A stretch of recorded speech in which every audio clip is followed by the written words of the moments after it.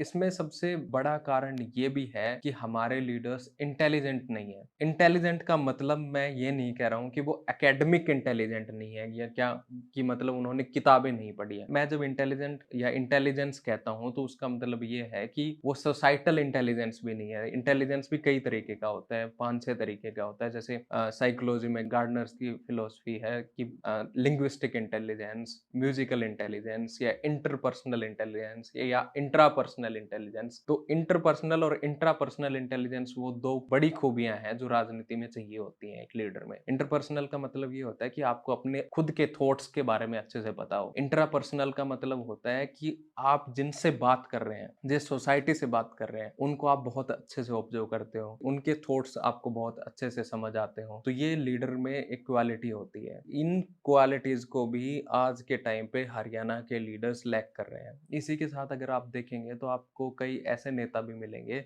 जो नेता अपने साथ 3-3 4-4 एमपी लेके चलते हैं, या फिर ऐसे नेता मिलेंगे जो पॉलिटिकल रैली करते हैं और पॉलिटिकल रैलीज में बहुत से एमएलएज लेके जाते हैं, और साथ ही साथ में ऐसे भी नेता मिलेंगे जो सिर्फ और सिर्फ अपने आप को नेता होने का दावा इस तर्ज पर करते हैं कि उनके पास बहुत सारी गाड़ियां हैं या उनके पास में बहुत सारी भीड़ है। एक तो मुझे ये रैली का भी कॉन्सेप्ट समझ नहीं आता। मैं पहले भी कह चुका हूँ कि रैली आज के टाइम पे उस तरीके की रेलेवेंसी नहीं रखती जैसे वो पहले रखती थी, क्योंकि रैली में भीड़ दिखती है और आप डेमोक्रेसी में और लोगों को ये दिखाते हो कि हमारे पास इतनी भीड़ है, इतने लोग हैं, तो हम आराम से चुनाव जीत सकते हैं। वहां पर असली मुद्दे जो हैं वो दब जाते हैं भीड़ के ऊपर, क्योंकि भीड़ के थ्रू और लोगों के थ्रू आप ये देखते हो कि हाँ भाई ये बंदा ठीक है।